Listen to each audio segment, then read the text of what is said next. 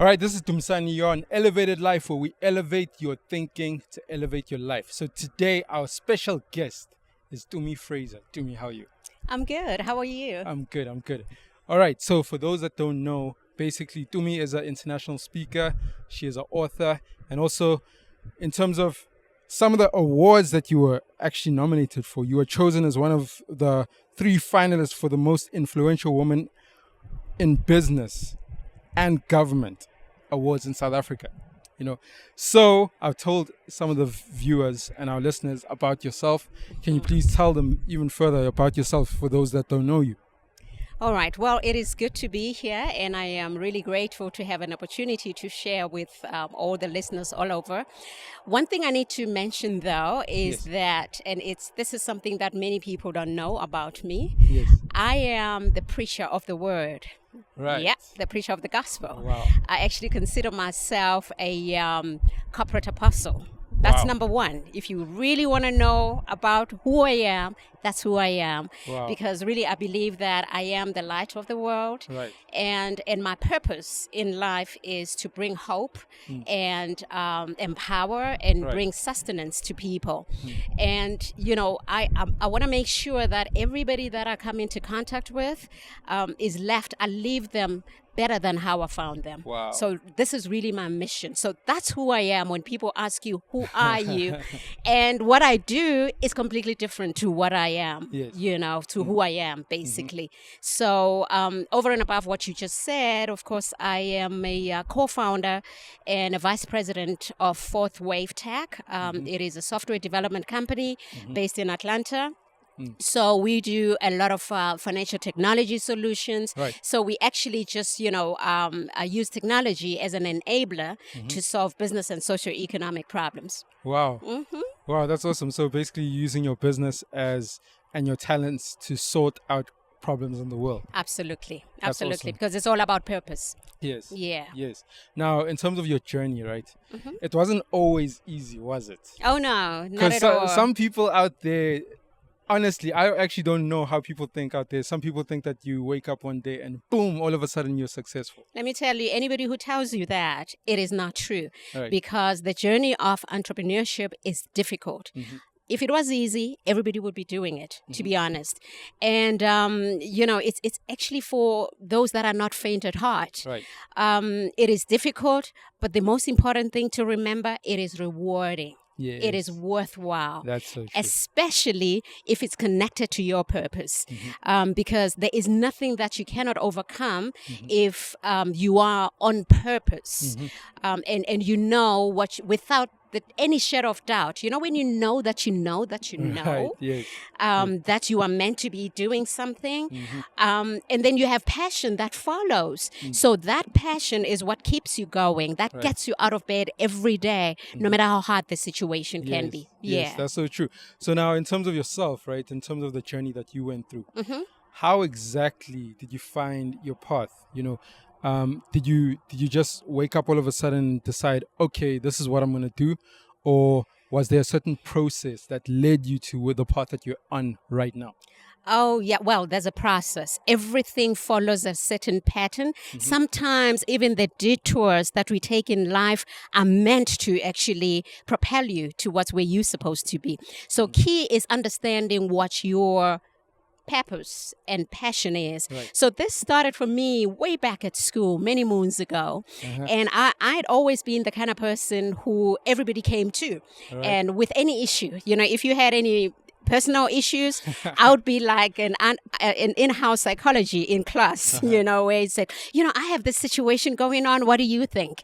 And I'll go read up on something. Right. And then I'll say, hey, Dumisani, you know what about that situation? I thought about your situation. This is how I think you should handle it. And then also because I come from a huge family, not in my family unit, but my mother comes from a family of 10. Wow. And they each have, think about that. Wow. They each have about 5 to 6 children. So Oh imagine my how many gosh. cousins I have. Oh my gosh. So throughout my life, I've always been a mentor. I'll be the one that they come to and say, Right. what course should I be studying? And when they Right. completed school, what university to go to. So I almost became a mentor and a coach. Right. But I enjoyed that. So I knew that came naturally to me. Right. And I knew whatever I followed had to do with people. Then I studied psychology because I've always been very fascinated with human behavior, understanding why people behave the way they do. So that then propelled me to be where I am. And because I read a lot, so you could know what your passion is, but then some things you work on. So I worked on my communication. Right. So my communication became my competitive advantage. Many people look at me and say, oh, did you go to private school? I did not go to any private school. Wow. I went to Katlehong, Katlehong, and everybody who comes from Kasi knows. Right. I'm from Ekurhuleni, and, with all the challenges that we went through. So, but the one thing that I did, though, I remember I was very close with my English teacher, and she used to advise that we need to read a lot so we can pick up on the English language. Right. So, and I did that. I used to actually exchange novels with her. We'll come with bags and bags of novels, and I will read that throughout the weekend. That's how my communication improved. So I worked on that. I was very intentional about that. And over the years, everything that I did rotated around my communication. So it's not surprising that I'm a speaker. I speak, I get paid to speak because I zoned in onto that. And then at some point, I was even the DJ. And that in itself, imagine, you wouldn't think of that. And that in itself, while it may have been a hobby, I worked for Kaya FM when they first started. And and going through that training at the time as a DJ was actually amazing because you were taught how to breathe, where to speak from. And, for the people who sing, the artists who sing will know where you sing from. You don't sing from your throat, you sing from your diaphragm. Your diaphragm, yes, of course. And this is where the power comes from. So when you speak, we were taught, we were trained to speak from the lowest, from the diaphragm, from the lowest range. Because then you don't speak high, your tone is lower, and it comes with power. So many people have always said, well, when I go on stage, because then I use all that I've learned over the years, including my DJ skills. Right, yes. And then when I go on stage, I know when to speak from that low register, because when I go in and I say, good morning, ladies and gentlemen, this is Tumi Fraizer, whatever, that's a different, you almost like power is right there. And then again, when to pause, because messages are delivered through those type of things. When do you go softer? When do you pause? When do you get people? And that's where magic is. Over and above the message, the content of the message. So all of that was preparing me for my moment.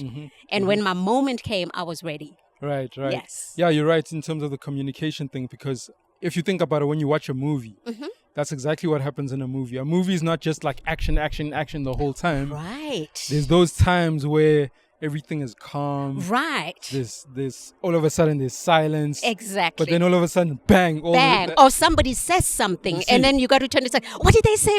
Because when you miss that, you miss the entire scene because you didn't hear what the other person said and what culminated to the next story. Yes. Yeah. Yeah. So that's exactly how you can keep people engaged when you're communicating. Absolutely. Now, that's great. I also love the story that you told in terms of working with Kaya FM. Can you please tell us, how did that happen? How did that story come about? Well, that's a story on its own. So anyway, one of my strengths, as I said, communication has always been my competitive advantage. So one of my strengths is the ability to just speak off the cuff. Because I read a lot. I mean, I'm not gonna claim to know everything, but at least I can hold a conversation, an intelligent conversation about almost everything with everyone I meet. Either it could be about sports, it could be about politics, it could be about business or whatever. So I try and find commonality with people. And I think that is another strength I have because I can relate with most people, whether young, old, or, So how it came to being, somebody called me because they were recording to go source funds for Kaya FM. Before it was launched, and the investors were in New York, and they needed somebody to come and help real quickly before they left that day do a video that to day. showcase that day to showcase their talent. I don't know, somebody had let them down somehow, so they had to be really creative to get somebody else. So I get this call and say, hey, are you available to come in? You gotta get here in 30 minutes and we need to shoot this video and these guys need to head to the airport. And I'm thinking, oh, okay, I can do that.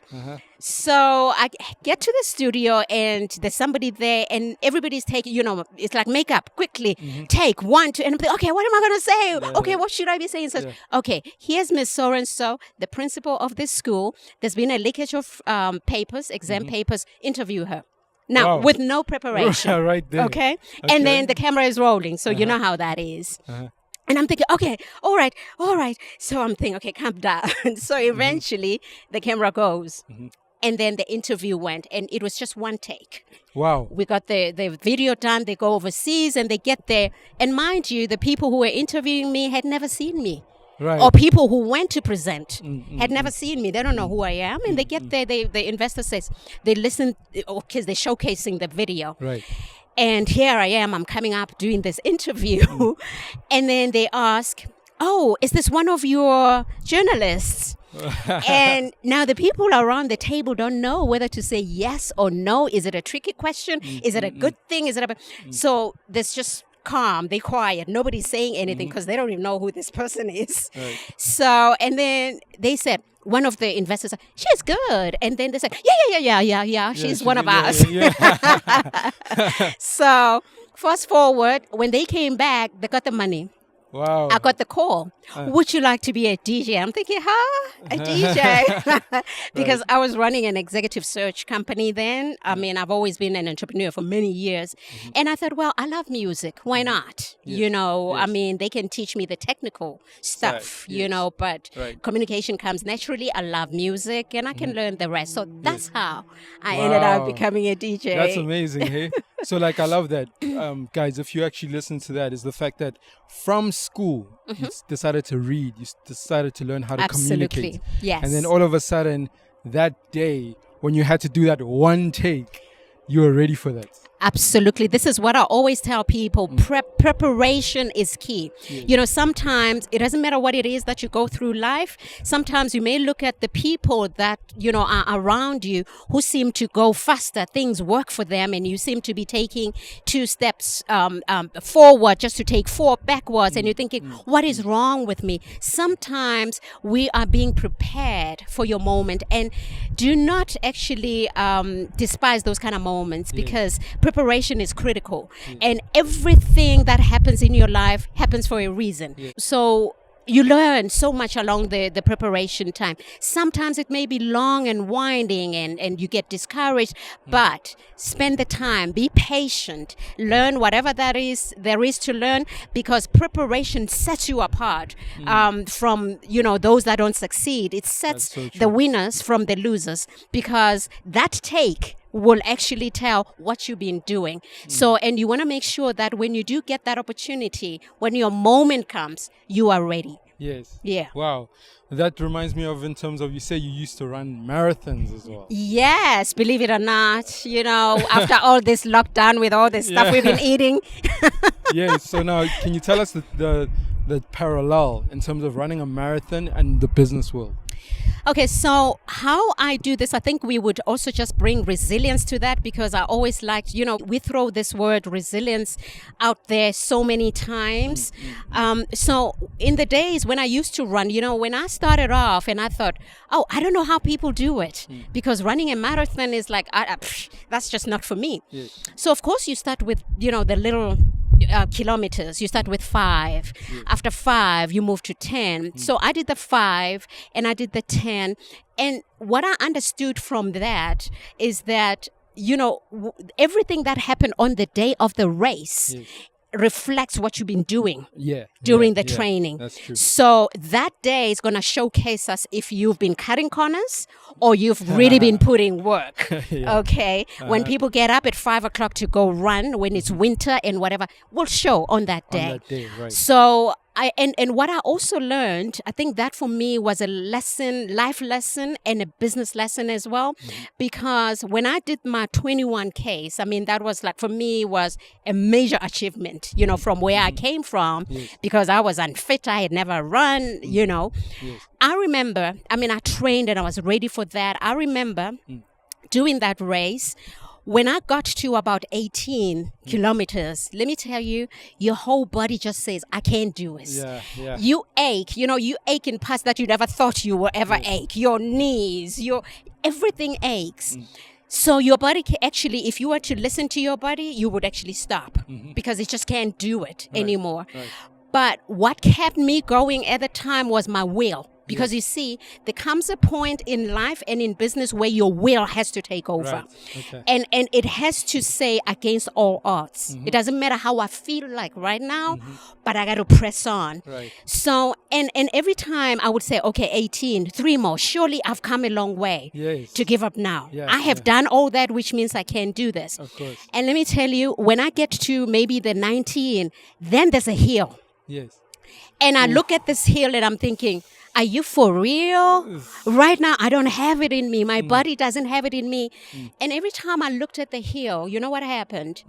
I would actually get discouraged and overwhelmed, and anxiety would pitch in because my body is so exhausted. So what I then would do would focus on my footsteps only. One at a time. Right. I said, if I can just put one foot in front of the other and just focus on this, before long, I'm over the hill. Right. You see. Yes. So for me, for people, this is what it is, what business and life is about. Yes. Sometimes it's so hard. And it's even hard to get out of bed, especially right now. Sometimes all it takes is for you to get up, and that's sufficient for that day. Right. And also to just look at put one foot in front of the other. And for those who are believers and who are Christians, when you do that, what happens is God just shines the light on the two footsteps. You don't have to worry about the rest. And whether, sometimes most of us want to see the future and have this rays be beaming over the horizon. Sometimes that's not how it works. One step at a time. Right. If you can see it here, tomorrow God will make a way somehow. And before long, you'll be yonder. Wow. But then the other part also, as I go off the hill, it's like what? I've done 2 more. So I've done 20. 1 more. So what happens then is like, as you go over the hill, you now see your cheerleaders going like, oh, wow. Suddenly, from nowhere, you have this energy, this strength. Right. Because not only are you now focusing on you're focusing on them and say, I cannot disappoint them. Wow. If they believe so much in me, I better believe in myself. So they go and say, oh, wow, well done. Then you have this energy, and then you got to push through to the finish line. So this is what, the analogy that I've taken out of running and training and all of that, because it's never easy. And sometimes you get to a point where it's almost like a breaking point. Like now people have been stretched. And when we're talking about resilience, think of a rubber band. When you have a rubber band, which you stretch, so we usually we're saying a rubber band is resilient. Why? Because when you pull it up, it can come right back to its original position, right? When it's released, okay? It retains its original form. So at this point, people have been stretched out so much that they're ready to snap. If you know what I mean. That's true. So that's it's like true. the breaking point, and it is very difficult to come right back. And also using the training analogy, for the guys that are lifting weights, you know that when you lift weights or when you're running, at that particular point you are breaking muscles. You're not getting stronger, you're getting weak. The only time you are going to get strong is if you rest and recover. Because when you rest and recover, you're giving your muscles opportunities to grow and recover. And then when you go hit the gym again, you can take higher weights, more heavier weights, or you can take more distance. That's what resilience is about. Resilience is the ability to come right back and then rest and recover. So we cannot be resilient if we don't recover. Wow. Because you can take more weight. Yeah. You're already at a breaking point. Yes. So right now, it is not time for us to tell people, be resilient. No, we need to get them to recover. Right. We need to get them to be able to deal, give them tools to deal with the stress. Right. Then they'll be able to recover and take more stress. Okay. You see, and then they can pivot. They can say, okay, what do I do next? Right. Because right now you say, oh, be resilient. They say, I actually am dreading of life itself. Yes, I don't have food on the table, let alone pivoting. It's like, what are you talking about? Yeah, that's true. You know? That's true. Yeah. So, I mean, that's a powerful point that you're making right there, is that actually, so resilience and growth, so rest and recovery is actually part of there we go. Resilience Absolutely. and growth. Absolutely. So it's actually, you know, myself as an entrepreneur, sometimes I feel guilty for resting. You know, like, how this guy's resting? No, he's lazy. No. Meanwhile, you're actually trying to recover. That's Absolutely. the thing. Let me tell you something. You are no good to anybody if you are depleted, because you have nothing to give. And also, when you look at the cup, you know, we give out of our overflow. Think about that. Yes. So if your cup is empty, Yeah. there's nothing to give to anybody, let alone yourself. Exactly. So we're not of any good to anyone. So it is important to take a breather, to take a time such as this, to refill your cup. And then so you can give out of your overflowing. Think of a cup of tea that you pour and then it flows out onto the saucer. We're supposed to give out of our saucers. But unfortunately, we give out of our cups. Eventually, there's nothing left. Yes, yes. So, So that's the problem. Right. Okay, so now a lot of people out there are thinking that you are successful, you've never had failures or mistakes made in your life and things like that. Can you think of a story that, like, where you failed big time and you were like really discouraged? And then also in terms of how you actually recovered from that, from that failure. Okay. Well, as a speaker, of course, when you're launching yourself as an author and as a speaker, I think when I started out, I was, of course, eager to, every time when I've been speaking, to get, you know, standing ovations, or when people, you know, rate you, they say, oh, excellent, excellent, excellent. Yeah. Well, there came a day when I did the, you know, got the feedback. You know, the room, I mean, there were about 120 people in the room. About 90% said excellent. But the 10 said, I don't know. You know, I don't think so. Let me tell you, I had sleepless nights. Oh, my God. Just because I didn't actually even focus on the 90.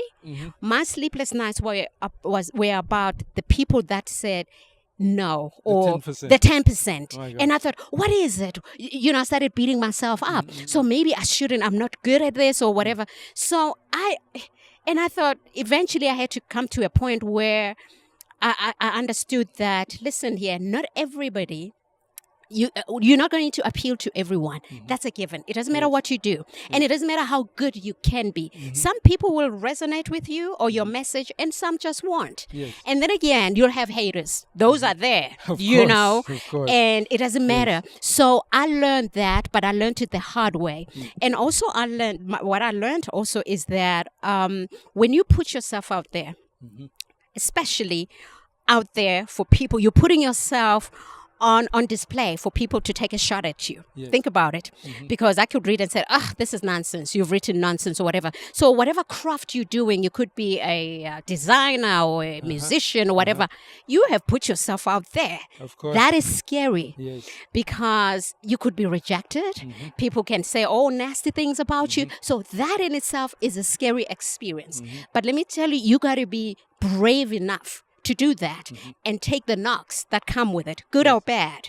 You know, because some people will, you know, of course you will know if when you are in your flow and you know it's your purpose, you will know it. Because there is a satisfaction that comes with it, and you get feedback from people whose lives you have impacted. So that for me is what it's about. It's really not even about me getting standing ovations. Is what impact am I having in your life? If I see the transformation that you've moved from A to Z, even if it's one person in a room, that for me, I have done my job for the day. So I had to change my mindset from what I thought that was about initially to where I am right now. Right. So, okay.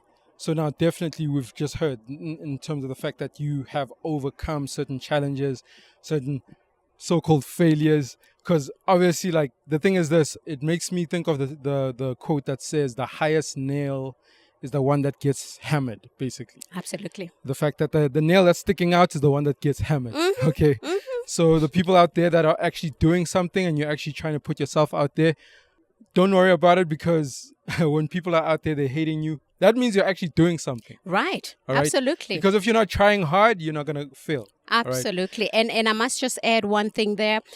While it's important to recognize that many people you may have followers, some people may really like what you're doing, and it gives you comfort. Sometimes you may have many naysayers. Yeah. You have many people that say, nah, this is not going to work. Yeah. If you believe in yourself and believe in whatever solution or whatever it is that you're offering, go for it, because you may just be on something.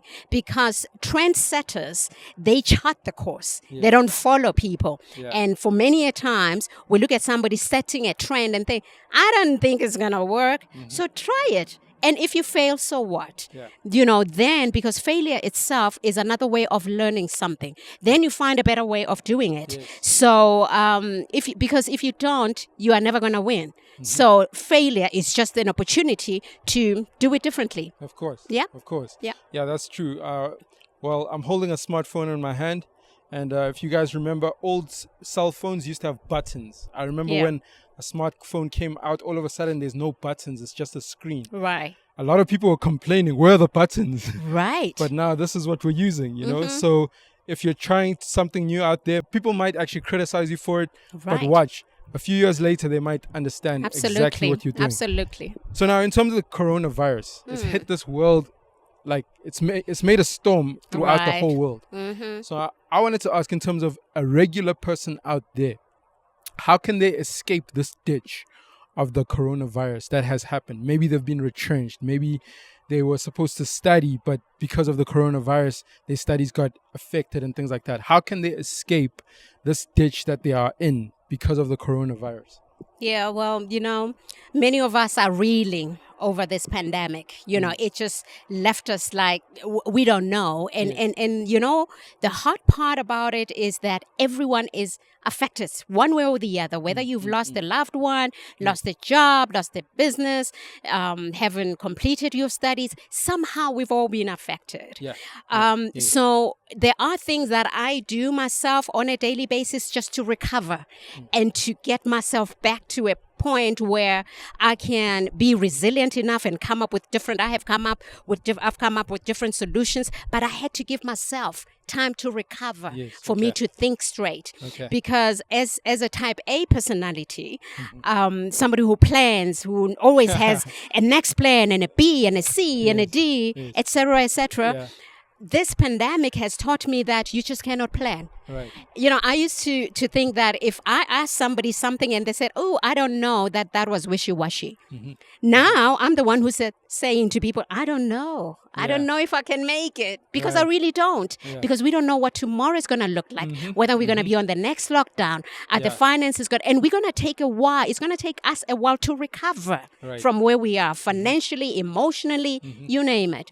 So first thing and foremost, I would say, because I mentioned earlier that I am the preacher of the gospel, so I had my faith help me throughout this whole time, because I really don't know, if you don't have anything bigger than yourself that that you turn to right now, I just don't know how people do it. So my faith kept me going, and it still is keeping me going, because, and that in itself, because right now, because things are so fluid, they're so ambiguous, there's so uncertain. But I am certain about one thing, that God is real. And that God is good. And that He's the same yesterday, today, and forevermore. That I can take to the bank. Anything else I can't. So, and that in itself then gives me hope, because then I believe in His promises. And it doesn't matter how it looks like. Then I'm saying, surely He's going to see me through this, because He's seen me through other stuff. So that's number one for me. This is what we need to be doing at this time, so we can recover. And then two, understand that change is a constant. Change is a guaranteed. That's the one thing that's also guaranteed in life. It doesn't matter how how hard it looks, things are gonna change sooner or later, because that's just a way of life. That's how life works. You know, there's up and down. Up right now we are in the valley, almost like this is the lowest we can all be. Sooner or later, there has to be a circle. It's a circle of life. So whatever is happening, it may look like it's the end of the world, because to some people, and I don't want to invalidate people, because you know, many of the people who are not as impacted, especially those who are not financially impacted, may be saying things thinking that they're helping to people. Oh, it's not the end of the world, but to the person it is. It feels like that's it. True. That's you true. know, so, and many of our family and friends and loved one may feel invalidated by us saying, oh, it's not the end of it. Of course, to me it is. Until you walk a mile in a man's shoes, you can never know what they're going through. So this is the time for us to be empathetic. Have some kind of empathy and check up on one another and say, are you okay? Just thinking about you. And even, you know, some people are dreading of life itself, wanting to jump off the things. This is not the time to be saying some stuff. You got to be very gentle with them until they turn the corner from where they're at. And then we can start speaking, you know, because we know now we're stronger. You know, you've recovered, you know where you are. And also what keeps me going, nice music.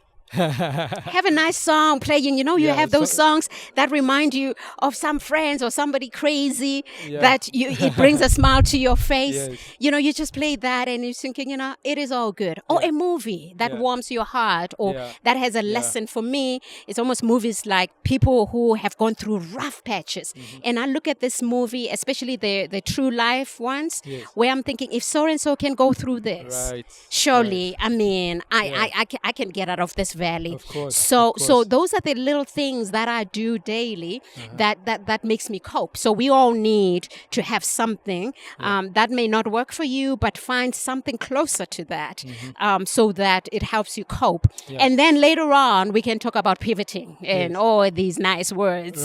Yeah, you're right in terms of the fact that you have to keep encouraging yourself in somehow, in some way. You know, I find myself, matter of fact, I just want to quickly share this before we move to the next question, is that's the power of journaling, by the way. I'm a guy and I journal. A lot of guys like rip me off that, oh my gosh, this guy keeps a journal, you know. But when I read my journal a week ago, I actually remembered a time about 2 years ago where I was going through a very difficult time. And I read what I wrote on that journal, and I remembered how, you know, I went through that time, that challenging time. I went through that challenging time, and I thought to myself, wait a minute, I went through that challenging time. Yes, I like what you said. I did not know how I was going to do it. Surely I can go through this time as well. I like what you're saying, because I do the same. In fact, I have my daily prayer journal with daily whatever, and I record. I sort of note my prayer request and what I'm going through that time. And that journal I've used it for the past 5 years. I do exactly that. So because every year on that page, on that day, I see 5 years prior of what. Let me tell you, if I can tell you the things that are there, and I look at it and I say, I got to be ashamed of myself if I even complain to God, because I would look at it and say, actually, I don't know how I dealt with that situation. So all of these things, when you journal something like that and look back at it, not only does it strengthen your faith, but what it does is it strengthens your own belief in yourself and your own competencies. Of course. And other things, the wins that you've had in life, you know, so you look at that and say, I overcame that. Of course I have it in me. I can do this, you know. So it's important to do that. And also you can put things into perspective. You know, things are not as bad, because some people may say, my entire life is such a mess. But if you really go through those journals, you will see the circle that I'm talking about and say, in some of the seasons, you were on a high. You know, it's like, oh my goodness, this is a good life now. So, and then you can put all these struggles into perspective and learn how to survive. Now, I wanted to ask you in terms of pivoting. Yeah. Yes, we mentioned pivoting earlier on. Now, there's a lot of people with businesses out there that were forced to close. Right. Or people were retrenched, you know. So what do you do in a situation like this where your business is either closes or you've lost your job? How do you pivot? Like, what are the steps that people can take to pivot? You know, the thing is, all of us many of us underestimate ourselves and the gifts that we have. When you get into a situation like that, when you've been laid off or your business have closed, we tend to actually shut ourselves in a corner where you believe this is it. But if you look at what you have, every one of us have something that we do better than anyone else. Yeah. You know what I'm saying? So you do certain things. So you got to look within. Sometimes we look externally. Yeah. One, it's important to have people around, because I believe that your network is your net worth. Because that's important to also look at the people you hang around with. And this I say all the time when I run my workshops or seminars, and say, who do you have in your network? Right. Do you have a network of supporters, of coaches, of mentors, or somebody? Because, you know, I truly believe that poverty is caused by disconnection. Because if you connected to people, you know Dumisani who knows somebody who knows somebody. Who can give you what you need. Of course, you don't have to all have it. Yes. But right now, people are being very creative. Wherever you are, I was talking to a few people who have lost jobs. Some of them are cooking mohodu linama and papa ning ning kokoneng, and people are buying. Because right now you're looking at what is selling. We know beauty and all these are luxury things. So you look at yourself and say, what am I good at? You may be making those scones like nobody else. Right. You know, making your mohodu like, or mautwana like no one else. and that's an easy sell and an easy, you know, something that people will appreciate to have. Look around you and say, what can I offer somebody who can pay for it? Something that's simple that you don't actually think about. For those who have cars, you may be paying for a car that's sitting in the garage, not doing anything. Then you got to look around and say, what can I deliver? Can I deliver food? Can I go into this Uber Eats? Or you know what I'm saying? Little things like those. What do you have? A little vehicle that could just, you know, give you that, a little bit of something. Right. So if you look at the Bible also, remember many years, we can pray, we can do that thing, but God also wants you to do something. You know, when he said to Peter, throw in the deep, Peter had to do something, even though he believed, I've been here all along and there was nothing there, but throw in the deep. And my question to you, what do you have in your hands? You must have something that somebody else may appreciate. You may actually even underestimate that. So, but if you look deeper, that can actually help you survive now until things turn around. Yeah, when it comes to what you just said now, one of the things that I definitely know is that we must remember the fact that a lot of businesses that are massive today were actually started from a crisis. Yes. They were actually started because of a crisis. The crisis. Absolutely. Yes. Otherwise, that business owner would not have thought of that idea. Right. So think of that in terms of maybe this crisis is actually directing you to a certain breakthrough that you're supposed to have. What you're saying is so true. You know what I say? Do not let this crisis go to waste. That's what many people know. Do not let crisis go to waste, because whatever challenge you encounter, there's a flip side to it. Because every problem that we encounter or challenge we encounter in life has opportunities. There are opportunities wrapped in it, but you got to really be aware of them so you can seize those opportunities. And also, I always tell people that if you come to a detour, one thing that you should not be doing is to go back. Take a left or a right, but whatever you do, don't go back. So find a way somehow, and a way is always there. And when you're thinking clearly, that is why you have to have been recovered, so you can think clearly. Sometimes you're thinking, why haven't I thought about this? You could even start a stock fair or something, you know, and say, okay, let's do a little bit of something. So there is always a way. There is always a way. Yeah, definitely. So when it comes to that, one of the books that you read in the past, I saw that you read that book, Tough Times Never Last, but Tough People Do. Yes. Right. So can you explain that in terms of this current time? Absolutely. This is one thing. In fact, let me tell you, I had an opportunity to write a book with Robert Schuller, the man who actually wrote that book. So we co-authored a book together. Wow. So this is so true. Because tough times never last, but tough people do. Because for as long as you're still living, for as long as you're still alive, let me promise you, one thing you know is you will go through challenges. Yes. That's just life. You know, even the Bible tells us that Jesus said, in life ye shall have tribulations, but be of a cheer heart because I have overcome the world. So we will have challenges, but then what do? Understand that when those challenges come, you can overcome. You are already an overcomer. So, but then there are certain things that you got to do yourself so that you find a way to survive. And then also, what we need to always remember also is that, as I said earlier, sooner or later, things change, you know. And then also, you know that you just need to live a little longer. You're going to encounter something. Whether you're buying property, your kids are growing, or whatever, there's always something, but you can overcome. The stronger you are, you will come out of it and thinking, whew, I don't know how I made it through that. But that's a lesson. So that next time you go through the same, you know you can because you've been through it before.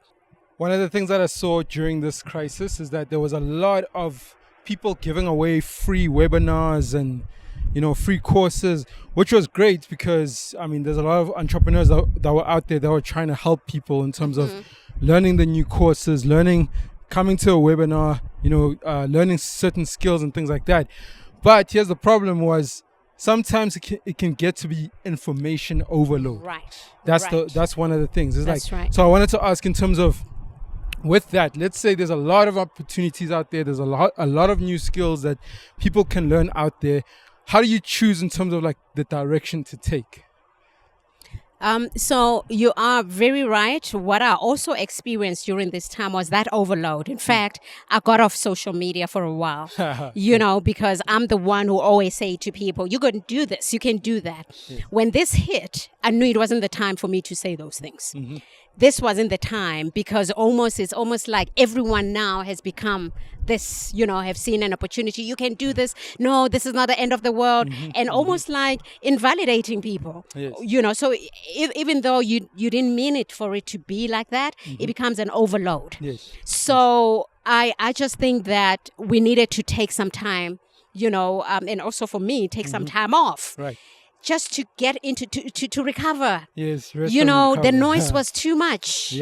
Because, sometimes for us to know, especially for us, the believers, for me especially, when the noise is too much, that's when I'm overwhelmed. And because that is why we have to be still. And that way you know where to go next and what to do next. Because right now we live in a world that is so loud. Social media is loud. Everything you're hearing so many voices. And sometimes you got to cut all of that. So you can only hear yourself think. So you can know and also hear God speak. The Holy Spirit directing you where to. So, and if you're looking for something, you got to look for something that resonates with you because you know what you need at this particular time. I cannot tell you what you need. But there are so many resources and many people may even not need courses, may need a therapist, may need a friend, may need, so whatever it is that you need, you got to know that you got to look at the people in your corner, or people that you can reach out to, and the key, especially at this time, is not to be alone or feel isolated because you're not alone. Many people are experiencing the same thing. And I think this is when people are really hit hard and believe that there's no way out, when you feel like this is only happening to me. But when you have your other people around and said, oh no, you know what, I'm going through the same thing. It's like, oh, okay, I'm not alone. And then you give each other some courage. It's like, you know what, I just wanted to check up on you. Sometimes, let me tell you something, sometimes people don't need answers. Some people just need to be heard. That's all you... Be a listening ear right now because we have too many answers and we end up saying the wrong things. So just listen and say, my friend, I'm here for you. Do you want to talk about anything? And let people offload. Of course. Sometimes, do you know that many of us know what to do? And this is why you need a coach. A coach is not there to tell you what to do because you already know. Yes. And many a times we all say, I must do this, and my other heart says I must do this. Yeah. So all you need is a sounding board Yes. to say, I was thinking of doing this, but then again I'm thinking of doing this. And then a sound coach would say to you, what happens if you choose A? What are the rewards and the consequences? Right. And then what happens when you choose B? Yeah. And then you're just asking questions. And then eventually people will say, I see where you're coming from. Actually, so you're helping them to have a resolve and come up with a solution for themselves. Yes. You see, you're not telling them. So, and also in these days, what we need are advocates. We have too many mentors, we have too many coaches, but we don't have advocates. And advocates also come from our personal friends. When I was telling you about my running days, when I was that tired and when I come off the cliff and I have my cheerleaders cheering, you need those. And there aren't many. There aren't many. You may have 2 or 3 and that's all right. That's so true. And but they've got your back. They are going to cheer you even if you don't feel like you want to cheer yourself. Yes. And in fact, they're the ones that are going to get you out of that rut. When you see them cheering you, doesn't matter how tired you are, you're just going to say, I'm not going to actually disappoint my cheerleaders. Yes. Right now, they believe more in me than I believe in myself. Right. That's And true. it'll keep you going. It'll That's give true. you that little push to get to the finish line, because that's all we need to get to the finish line, to recover so we can take more stress, more race, and get into the game of life and the game of business, because this is a race, really. Of course, Yeah. of course. And it's also, with the whole running analogy, it's much easier when you're running with people, like a group of people. Right. And you're running together, Right. It can keep you in the race for much longer. It can do that, but then what you got to be careful of when you're running with other people, understand you're running your race. Yeah. It has nothing to do, you're not competing with this Right. person. Yeah. Okay, because what I found also, when you're racing, you have people that get off from the time you start. They sprinting, okay, and you have 21 to go, okay, Right. 21, and you're actually gonna meet this person around the corner somewhere, True. finished, Exactly, okay. yes. So understand that you are running a race by yourself, and you're competing against you, not anybody else, because you don't know what somebody else is doing. So every morning when you get up, you look in the mirror. That's the person you're competing with. And if you can be better today than you were yesterday, you've already won the race. Wow. So it's all about that. Right. Yeah. One of the things that I love that you said, because I'm one of those guys that, especially when the corona crisis hit, I'm one of those people that I don't like motivational fluff, like the fluffy motivational stuff that's gonna make you feel all warm inside and that kind of stuff. I like hard advice that's gonna tell me straight, this is what you do, direct things of what to do. So one of the things that you said is, I believe that keynote addresses should not just be motivational. So is motivation enough, or do we need like many people, when I get asked, people used to say I'm a motivational speaker, and I say I'm not a motivational speaker because I don't like that fluffiness. It's almost like going to church and you hear somebody saying, oh, God wants to bless you. Yes, he does, but you have to do something. Yes. You're not going to sit on the couch and say God has great plans for me. Yes, he does, but he expects you to be obedient and do certain things. So there's work that needs to go into it. So if I'm just going to give you frills only, I'm not equipping you as a person. So I believe that I got to give people tools. Right. Because if I tell you, oh, be happy today, it's like, how do I do that if I have no food in my fridge? Be positive. What does that even mean? So all I need to tell you now and say, I know it is not easy. I know it's hard. Just get up today, take a shower. Listen to music. So give you little tools. Apply this, do that. And once you get to that, when you feel stronger, then do. So people need tools, because once you have a toolbox, you need a spanner this time. Next week, you're going to need a hammer, whatever. But you sort it. Next time you come across this situation, guess what? You open your toolbox. And say, okay, what do I need now? What do I need now? They are there. So these are the things that you apply. It's all about application. It's all about changing certain behaviors and and habits to get moving. Because even, going back to my analogy of running, as I said, what happened on that day of the race was a reflection of what you've done or not done on the other times. Yeah. Whether you got up in the morning, you've been eating pap and flakes or whatever, it was going to be reflected on that. So if somebody was to say on that day, oh, Tumi, you want to do it. It doesn't matter how much I would pump myself with positivity. The key is, did I do the right things for me to win? Of course. And if I didn't, then it doesn't matter what I tell myself. Right. Then it's almost like I'm lying to myself. So we got to put inspiration and motivation in perspective. Right. Yeah, it has its place. Yeah. Exactly. So one of the things that happened was because there was a lockdown, a lot of people stopped driving to work. A lot of people then stopped showering, some of them, stopped exercising and things like that. So one of the things that you speak about is you say something like knowing what to do is as important as knowing what to stop doing. Absolutely. So can you just please explain that statement? Yes. Many of us have habits that we either form or that are ingrained in us that can prevent us from being the best that we can ever be. Yes. So while we always, especially as coaches and speakers, we tell you, like now, I shared certain things that you should do. And you know what you should stop doing. So it's just as good as you knowing what to stop doing. Yeah. So if during this time, as hard as things are, you then choose, I'm just going to work in my pajamas because they're comfortable. That's okay. But how you look has an effect on your mental state. Yeah, your subconscious. Right. Yeah, because definitely. now especially when you're feeling down and out, if you take a shower and put on a makeup, ladies, even if you're not going anywhere, you put on your nice makeup and look like you're going somewhere.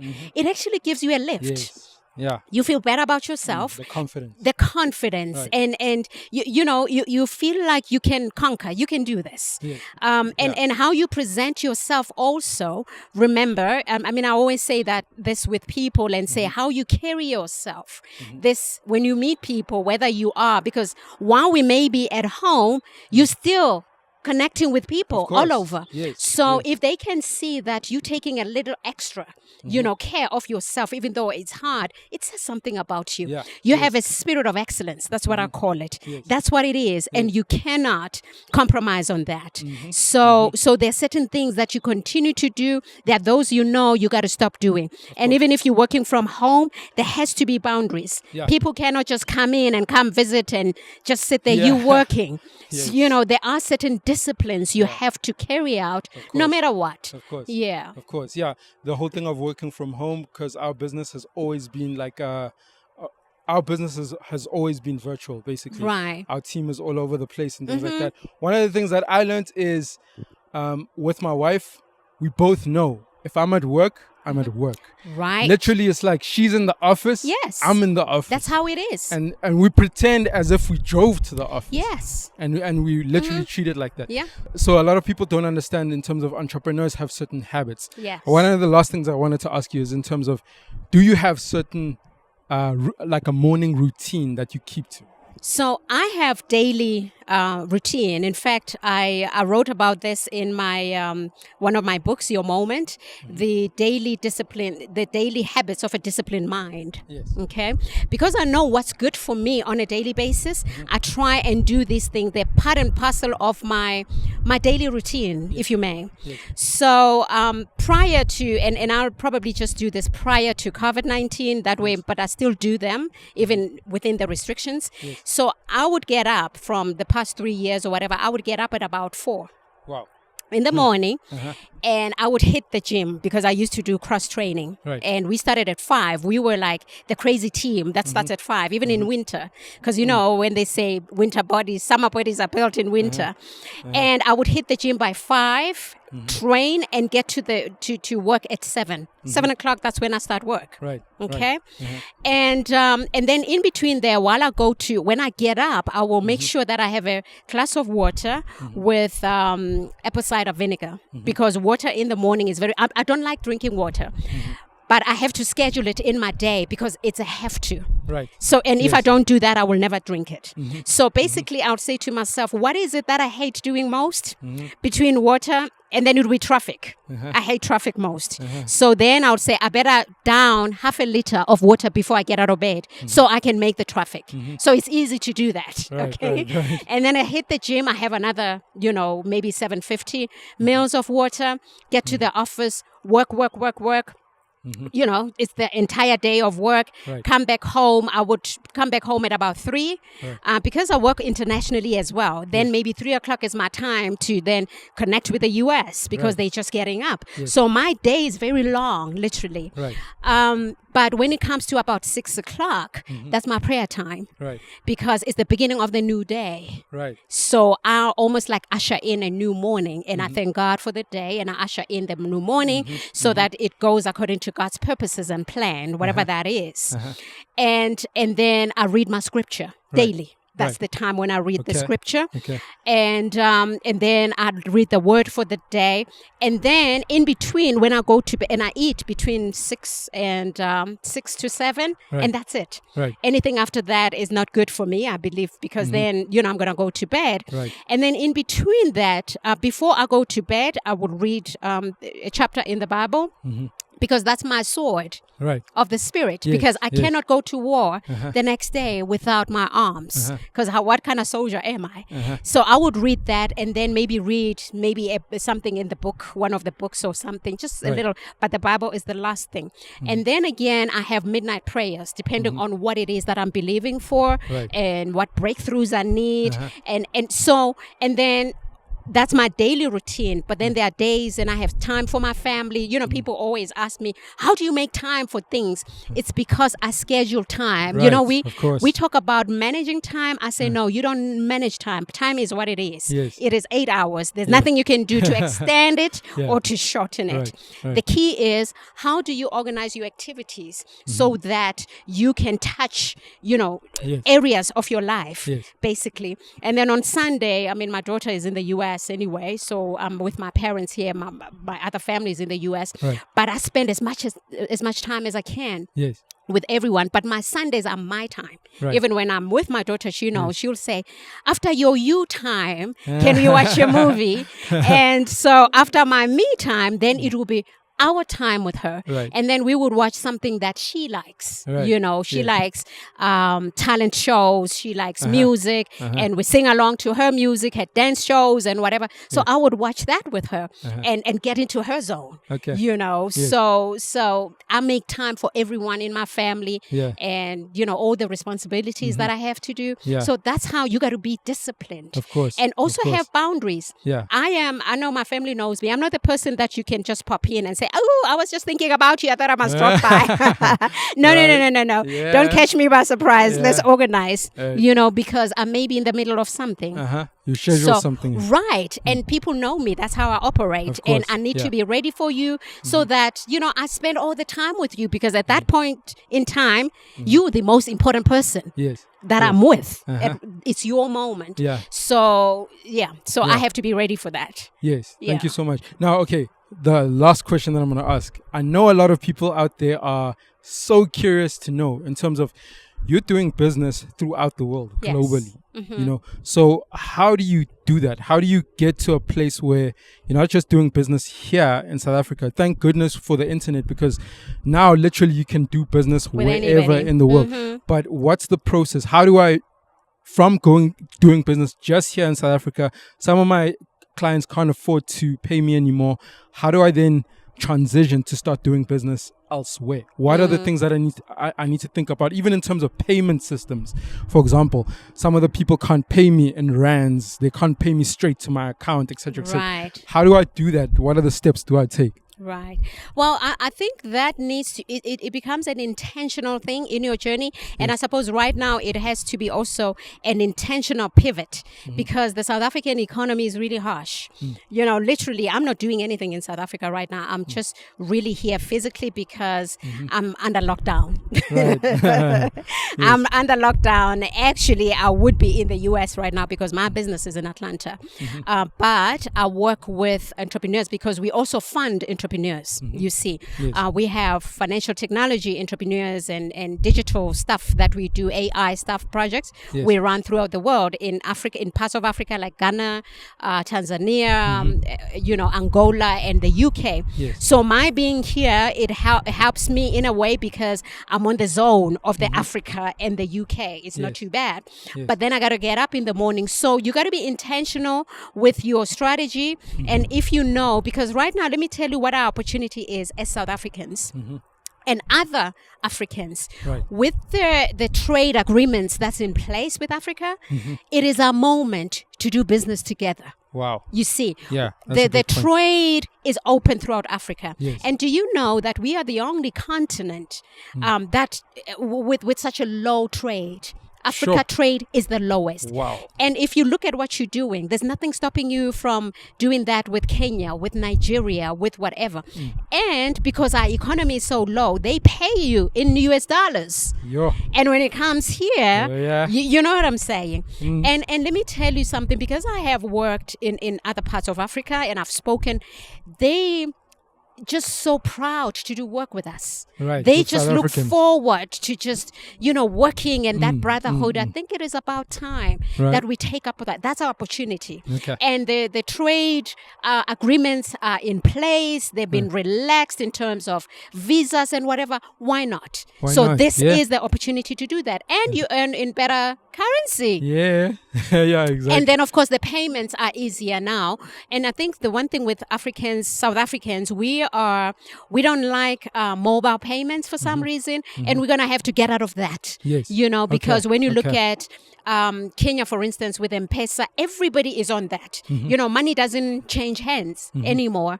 So, and then you have stuff like your PayPal. There are platforms, Yes. electronic platforms Yes. that are safe. You got to make sure that you're That using it's safe, the of one course. that's safe. Of course. I mean, for me now, PayPal with the US works, but then you have other world remittance stuff, various ones. You got to check how much they cost, etc., etc. There Okay. are different ways that are cost effective that could get money in your. Remember, this is a digital era. Yes. Get your money in your bank account within 30 to an hour. Yeah. 30 minutes to an hour. Right. Yeah. So I say let's take advantage of the economies. And remember, although South Africa has been in a lockdown, do you know most of the African countries have been open? Wow. They've been functional all along. Yeah. So, I mean, like now I'm preparing to head out to Tanzania. I pray that I'm able to do that to a conference on the 1st of October. And I will be elated to be able to get away, Yeah, yes. So, yeah, I think let's pivot, do that. There are opportunities outside. Of course, yeah. Open your eyes, guys. There's a lot of Absolutely. opportunities out Yeah. there, Right. even globally. All right. So, is there any last thing that you would like to say to our viewers? Well, for me right now, I just want to encourage you that tough times never last, but tough people do. Yeah. And sooner or later, this season is going to come to an end because change is a constant. Change is guaranteed. So is guaranteed. So hang on a little longer. I know that many of us are almost at a breaking point. But if you can survive the breaking point, your breakthrough is just around the corner. So I wish you well. Thank you. Thanks so much. Thanks so much for your time. We really appreciate it. And also, thank you so much for all the amazing advice that you've given us. Actionable advice that you've given us. Thank you. Appreciate it. Thank you. Okay.